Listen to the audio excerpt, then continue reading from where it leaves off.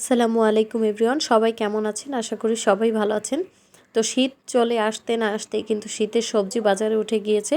তো আজকে আমি শীতের সবজি রান্না করে দেখাবো সিম দিয়ে ইলিশ মাছ রান্না করে দেখাবো। তো আমি এখানে সবজি নিয়েছি সিম, একটা গাজর, একটা টমেটো, একটা আলু এবং একটা ইলিশ মাছ নিয়েছি। ইলিশ মাছটাকে আমি কেটে নিচ্ছি। তো ইলিশ মাছ দিয়ে এই সিম রান্না কিন্তু খুবই ভালো লাগে, শীতের সময় তো দারুণ লাগে। তো এখনই আমাদের খাওয়া শুরু হয়ে গিয়েছে।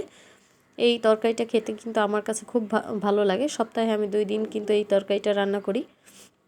তো আপনাদের কার কার এই সিম দিয়ে ইলিশ মাছ দিয়ে সিম রান্না খেতে ভালো লাগে অবশ্যই কমেন্ট বক্সে জানিয়ে যাবেন। এবং যারা নতুন আছেন ধৈর্য সহকারে আমার ভিডিওটি সম্পূর্ণ দেখার চেষ্টা করবেন এবং ভিডিওটার কোথাও যদি ভালো লেগে থাকে অবশ্যই একটা লাইক দিয়ে কমেন্টস করে আমার চ্যানেলটি সাবস্ক্রাইব করে দিবেন। এবং ফেসবুক থেকে দেখে থাকলে ফেসবুক পেজটি ফলো করে দিবেন, ইউটিউব থেকে দেখে থাকলে ইউটিউব চ্যানেলটি সাবস্ক্রাইব করে দিবেন।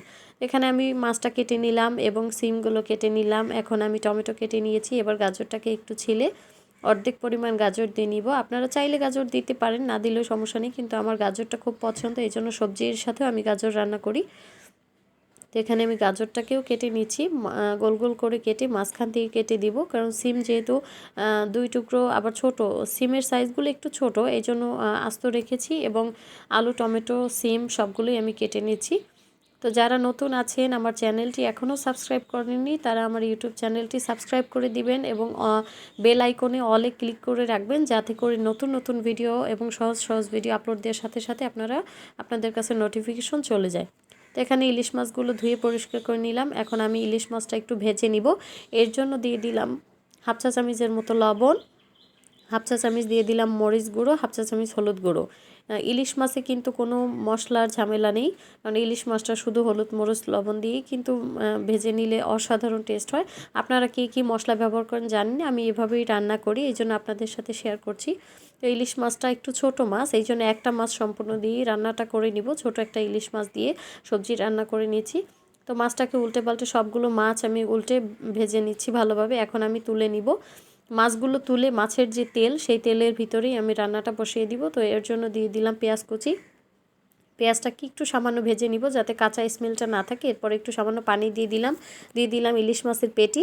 এরপর দিয়ে দিলাম 1 টেবিল চামচ হলুদ গুঁড়ো, 1 টেবিল চামচ মরিচ গুঁড়ো, স্বাদ মতো লবণ দিয়ে এটাকে ভালোভাবে একটু কষিয়ে নিতে হবে। তেলের উপরে কষানোর পরে সামান্য একটু পানি দিয়ে কষিয়ে নিয়ে এরপরে সবজিগুলো সবগুলো দিয়ে দিচ্ছি। টমেটোটা দেইনি, টমেটোটা তুলে রেখে দিয়েছি। টমেটোটা এখন দিয়ে দিলে একদম গলে যাবে, টমেটো খুঁজেই পাওয়া যাবে না। এর জন্য টমেটোটা যখন পানি দিয়ে দিব তরকারি সিদ্ধ হওয়ার জন্য, পরিমাণ মতো যখন ঝোল দিব তখন আমি টমেটোটা দিয়ে দিব। তো ঢেকে দিলাম কষানোর জন্য। এভাবে তেলের উপর একদম মিডিয়াম টু লো আঁচে কষিয়ে নিলাম। কষানোর পরে কিন্তু আলু, সিম এবং গাজর দুটোই কিন্তু সিদ্ধ হয়ে গিয়েছে। এ পর্যায়ে আমি একটু নেড়ে ছেড়ে পরিমাণ মতো এখন পানি দিব সিদ্ধ করার জন্য। একবারই প্রথমেই ভালোভাবে কষিয়ে নিলে কিন্তু তরকারিটা দারুণ হয় খেতে। এরপরে আমি দিয়ে দিচ্ছি টমেটো কুচি। টমেটো দিয়ে এখন ঢেকে দিব। যখন এটা ফুটে আসবে তখন ঢাকনাটা তুলে নিব। তো এখন আমি যখন এই ফুটে আসছে ঢাকনাটা তুলে যখন একটু ঝোল টেনে গিয়েছে, এই পর্যায়ে মাছগুলো দিয়ে দিচ্ছি, ভেজে রাখা ইলিশ মাছ। তো মাছগুলো দিয়ে এটাকে নেড়ে চেড়ে আবার একটু কতক্ষণ জাল করে নেব, 20 মিনিটের মতো। যখন ঝোলটা মোটামুটি মিডিয়াম হয়ে আসবে তখন ধনেপাতা কুচি দিয়ে দিব। তো আমার রান্না কিন্তু কমপ্লিট হয়েই গেল। রান্নাটা কেমন হয়েছে অবশ্যই জানাবেন এবং ভালো লাগলে লাইক কমেন্ট করে অবশ্যই পাশে থাকবেন। তো আজকে এ পর্যন্তই, নতুন আরও কোনো ভিডিও নিয়ে, সহজ ভিডিও নিয়ে হাজির হব। ততক্ষণ পর্যন্ত সবাই ভালো থাকবেন, সুস্থ থাকবেন এবং রবি কিচেনের সাথেই থাকবেন। তো আজকে এ পর্যন্তই, টাটা, বাই বাই, আল্লাহ হাফেজ, সবাই সুস্থ থাকবেন।